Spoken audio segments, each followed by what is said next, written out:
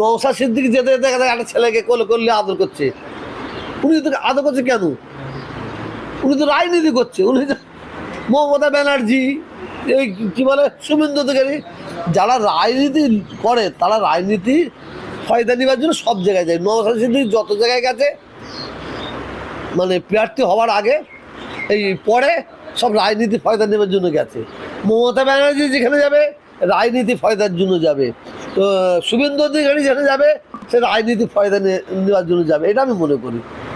তবে ফুরফুরা শরীফ হচ্ছে ভারতের দ্বিতীয় মুসলিম তীর্থভূমি। কারণ নওশাদ সিদ্দিকী যেভাবে কাজ করেছে, ভাঙড়ে বহুত মানুষের প্রাণ গেছে, এতে মানে পীর আবু বকর সিদ্দিক রহমাতুল্লাহ আলাইহে তাঁর ভক্ত মুরিদরা তাতে মর্মাহত, তাতে দুঃখিত, ওর ওপর কেউ খুশি নয়, এটা বলতে পারি। রাজনীতি করতে যায় এটা পাগলের মতো কথা না। আমি একটা ছেলে গেলে রাস্তা যেতে যেতে একটা বাচ্চা ছেলে গেলে কোলে করে নিয়ে আদর করব। আমার একটা চিন্তা ভাবনা আলাদা, যে হজরত মোহাম্মদ সাল্লাম উনি বাচ্চা ছেলেদের ভালোবাসতো, উনি তাদের মাথায় হাত বলতো, আমি তাকে একটু আদর করছি। আর নওশাদ সিদ্দিকী যেতে যেতে দেখা যায় একটা ছেলেকে কোলে করলে আদর করছে। উনি তো আদর করছে কেন? উনি তো রাজনীতি করছে। উনি তো মমতা ব্যানার্জি, এই কি বলে শুভেন্দু অধিকারী, যারা রাজনীতি করে তারা রাজনীতি ফয়দা নেওয়ার জন্য সব জায়গায় যায়। নওশাদ সিদ্দিকী যত জায়গায় গেছে মানে প্রার্থী হওয়ার আগে এই পরে সব রাজনীতি ফয়দা নেওয়ার জন্য গেছে। মমতা ব্যানার্জি যেখানে যাবে রাজনীতি ফয়দার জন্য যাবে, তো শুভেন্দু অধিকারী যেখানে যাবে সে রাজনীতি ফয়দা নেওয়ার জন্য যাবে, এটা আমি মনে করি। তবে ফুরফুরা শরীফ হচ্ছে ভারতের দ্বিতীয় মুসলিম তীর্থভূমি।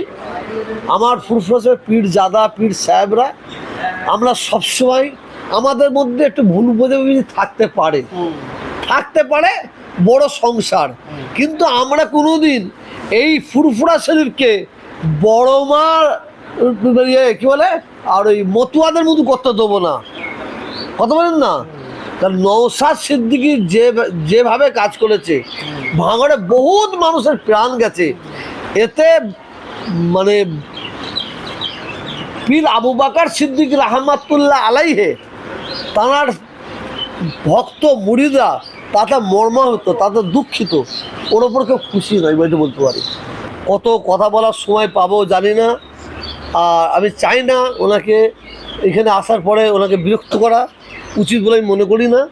তো পশ্চিমবাংলার মুখ্যমন্ত্রীর কাছে আমাদের ফুরফুরার পীর জাদাদের তরফ থেকে আমাকে নিজে তারা বলেছে, যেদিন আপনার সোশ্যাল মিডিয়া বলছি, এখানে একটা আলিয়া ইউনিভার্সিটির ক্যাম্পাস হয়ে গেছে, উদ্বোধন হয়নি, 5 বছর আগে হয়ে গেছে, এইটি তো আমাদের দুঃখ হয়ে গেছে। ওই ক্যাম্পাসটা যেন ফুরফুরা শরীফের পীর আবু বকর সিদ্দিক রহমাতুল্লাহ আলাইহির স্মরণ হয়। আর 100 বেডের হসপিটাল মুখ্যমন্ত্রী করছেন মানুষের জন্য, ওইটা যেন পীর আবু বকর সিদ্দিক রহমাতুল্লাহ আলাইহি তাঁর জন্য যেন তাঁর নামে অনুকরণ করে যেন হয়। আর এই বাংলায় বহুত মহাপুরুষ, বহু ধর্মগুরুদের যাদের অবদানে বাংলার মানুষ ভুলতে পারবে না, যাদের দিকে হিন্দু মুসলিম সবাই আমরা যাদের ভালোবাসি, সে আবু বকর সিদ্দিক রহমাতুল্লাহ আলাইহি যেদিন ইন্তেকাল করেছিলেন বাংলা মাসের 3রা চৈত্র, উনি সেই দিন আসছে, খুব একটা ভালো দিনে তিনি আসছেন। আমি আশা করব এবং আমরা সবাই আশা করব উনি ওই দিন এসে ফুরফুরা শরীফে পীর আবু বকর সিদ্দিকীর নামে 3রা চৈত্রের ছুটি ঘোষণা করবে, এটা আমরা আশা করছি। সরকারের টাকা খরচা করে জগন্নাথ মন্দির করা যাবে কি না যাবে এটা আমার জানা নেই।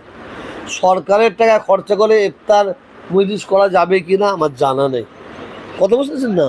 তা আমাদের একটা দাবি আছে যে দীঘায় যে জগন্নাথ মন্দির হয়ে যাচ্ছে জগন্নাথ মন্দির হোক, এটা আমরা মনে প্রাণে চাই। কারণ দীঘায় আমিও গেছি, ওখানে লক্ষ লক্ষ মানুষ যাতায়াত করে, ওখানে মানে তাদের জন্য জগন্নাথ মন্দির হচ্ছে, আমি তাদের খুব খুশি।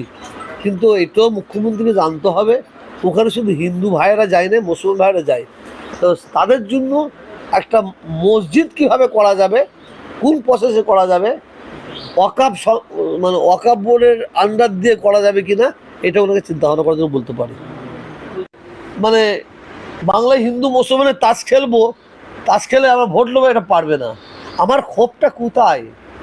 আমি তো মুখ্যমন্ত্রী মমতা ব্যানার্জির কাছে আমার একটাই দাবি, এই সরকারের কাছে আমার দ্বিতীয় কোনো দাবি নাই। এই সরকারের একটা আমার দাবি, এই সরকারের কিছু এমএলএ এমপি আছে, আমি চ্যালেঞ্জ করে বলছি, আমি দেখিয়ে দেবো, তারা ঠান্ডা মাথায় মুসলমানকে দিয়ে মুসলমানদের মধ্যে লড়াই লাগাচ্ছে। আবার এই সরকারে কিছু আছে হিন্দু মুসলমানদের মধ্যে লড়াই লাগাচ্ছে। আর বিজেপি ও তো সবসময় চাইছে হিন্দু মুসলমানের মধ্যে লড়াই হোক। আমি এইটা করতে দেবো না। আমি মমতা ব্যানার্জির কাছে আপনাদের সোশ্যাল মিডিয়ায় করজোড়ে অনুরোধ করবো, বাংলায় সাম্প্রদায়িক শক্তিকে উনি যেমন জায়গায় দিচ্ছেন না, যার জন্য ওনার পাশে আমরা আছি। ওনার উন্নয়নের পক্ষে উনি আছেন, যার জন্য ওনার পাশে আছি। সাম্প্রদায়িক শক্তি মানে যারা মনোভাবপূর্ণ ব্যক্তি, যাদের সাম্প্রদায়িক মন মানসিকতা, এই এমএলএ এই এমপি আপনি কোথায় দাঁড় করাবেন না, কোথায় দাঁড় করাবেন না। এবার আমি তো পার্টির কেউ নাই, এটা আমি বলতে পারি, শোনা না শোনাটা ওনার নিজস্ব ব্যাপার, ওনার নিজস্ব ব্যাপার। আমি কোনোদিনই চাইবো না যে বাংলায় সাম্প্রদায়িক মনোভাবপূর্ণ ব্যক্তি এমএলএ হোক, এমপি হোক, প্রধান হোক, সভাধিপতি হোক, সভাপতি হোক, আমি কোনোদিন চাইবো না। আমার আমার আমার তো আমার কাছে অনেক খবর আছে, বহুত মুসলিম তারা জান প্রাণ দিয়ে তারা এই দলকে ক্ষমতায় নিয়ে এসেছে, এই দলকে ক্ষমতায় নিয়ে এসেছে। আর কিছু সাম্প্রদায়িকমূলক এমএলএ এমপি তারা বসে ওইগুলোকে সব কাটিং করে বের করে দিয়েছে, সব কাটিং করে বের করে দিয়েছে, কারণ খাবার জন্য, খাবার জন্য। এটা আমার আগে থাকতেই বক্তব্য। আমি এইরকম লোক চাইনি। আমি হিন্দু মুসলিম কিছু বুঝি না। যোগ্য হিন্দু তাকে পদ দেওয়া হোক, যোগ্য মুসলমান তাকে পদ দেওয়া হোক। আর 2 নম্বরই কাটমানি খাওয়ার মালগুলোকে ভাগিয়ে দাও, ভাগিয়ে দাও। ও মাল চলবে না, ও মাল চলবে না। তাহলে আমরা হিন্দু মুসলমান আমরা মিলেমিশে ছিলাম, আছি, থাকবো। এইখানে কেউ টলাতে পারবে না আমাকে, আমার জান চলে যাবে। আমি তো বহু জায়গায় বলি, আজকেও বলছি, যদি কোনো একদল মুসলিম তারা দলবদ্ধভাবে কোনো হিন্দু ভাইদের হিন্দু ধর্মের মন্দিরে আঘাত করার চেষ্টা করে, যে মন্দিরটা ভাঙবো, যদি আমার কানে পড়ে, আমি মালিকের নামে রোজার সময় শপথ করে বলছি, আমি আগে গিয়ে মন্দিরের সামনে দাঁড়িয়ে মন্দিরকে বাঁচাবো, নিজের জীবন দিয়ে দেবো, মন্দিরে আঘাত করতে দেবো না। এটা সেই বাংলা। আর এই বাংলায় এমন হিন্দু আমার বন্ধুরা আছে, যদি কেউ যদি দলবদ্ধভাবে গিয়ে মসজিদে আঘাত করতে যায়, সেই মসজিদকে আমার হিন্দু ভাইরা যে নিজের জীবন দিয়ে আটকাবে, এইটা হচ্ছে সেই বাংলা।